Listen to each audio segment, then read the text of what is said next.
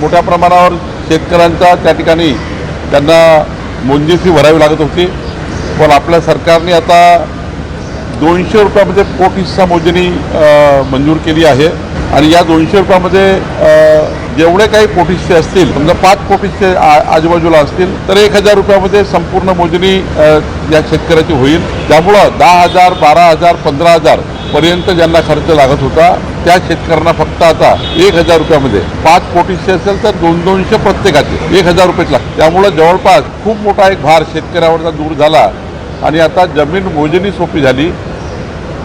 सरकारने खाजगी भूकरमापकांनाही सुद्धा आता परवानगी दिली आहे।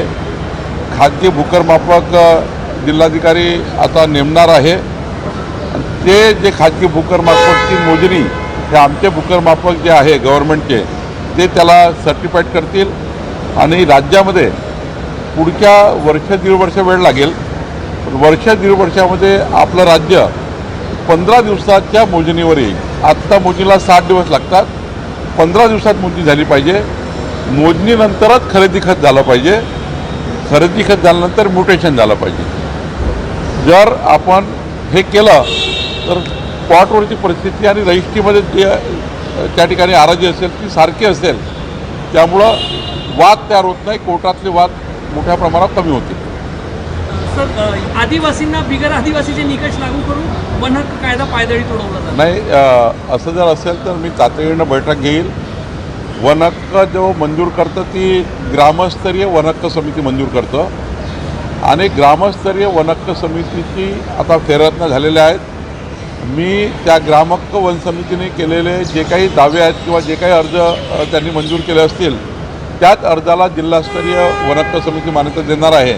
त्यामुळे असं कुठं झालं असेल तर याचा फेरआढावा सरकार घेईल आणि यातनं त्या गरीब शेतकऱ्यांना, आदिवासी शेतकऱ्यांना न्याय मिळेल। अर्ज फेटाळल्यानंतर 60 दिवसाची महसूल विभाग नाही, सरकार म्हणून लक्ष टाकू, जर काही असे अडचण तर विशेष मागून मंजुरी देऊ, पण त्या आदिवासी शेतकऱ्यांना मात्र नुकसान होऊ देणार नाही किंवा त्यांचा कुठलाही हक्क जाणार नाही याची काळजी सरकार घेईल। माझीही हर्षवर्धन सपकाळजींना विनंती आहे की त्यांनी काँग्रेसने उमेदवारी परत घेतली पाहिजे। मी आधी सांगितलं आहे की ही सीट जी आहे ही अजितदादांची सीट आहे आणि दुर्घटना इतकी मोठी होती की अजूनही 14 कोटी महाराष्ट्र जनतेला त्याचं दुःख आहे, न विसरणारं आहे, कधीच न विसरणार दुःख आहे। आणि मग त्या बारामतीमध्ये प्रत्येक नागरिकाची मागणी आहे, जनतेची मागणी आहे, जनभावना आहे।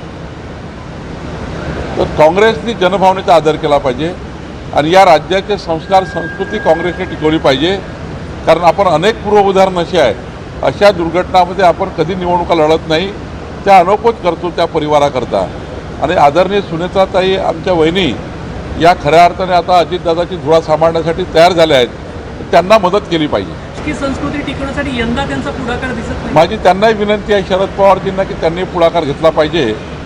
त्यांना प्रगल्भ नेता म्हणून आपण म्हणतो आहे, तर प्रगल्भ नेत्याचेच एक लक्षण आहे की पुढाकार घेऊन अशा याच्यामध्ये सुनेत्राताई पवारांना साथ दिली पाहिजे। मला वाटतं ते साथ देतीलही, विड्रॉला वेळ आहे, मला वाटतं इथून काही मार्ग निघेल। भाजप मोठा भाऊ म्हणून सुनेत्रा पवार यांच्या पाठीमागे उभा राहील आणि त्यांना निवडून येईल असं शब्द मुख्यमंत्र्यांनी दिलेला आहे, तुमच्यावरही जबाबदारी आहे का? देशाचे पंतप्रधान नरेंद्र मोदीजी, आमचे गृहमंत्री अमित शहाजी, राष्ट्रीय अध्यक्ष नवीनजी, आमचे मुख्यमंत्री देवेंद्र फडणवीसजी आणि महाराष्ट्राची भारतीय जनता पार्टी, आमचे अध्यक्ष रवींद्र चव्हाणजी आणि संपूर्ण महाराष्ट्राची 1.5 कोटी सदस्य संख्या असलेली भारतीय जनता पार्टी ही संपूर्णपणे, आणि दुसरीकडे माननीय उपमुख्यमंत्री एकनाथ शिंदेजी आणि संपूर्ण शिवसेना आणि महायुतीचे सर्व घटक हे सुनेत्रा पवारच्या मागे खंबीरपणे उभे आहेत।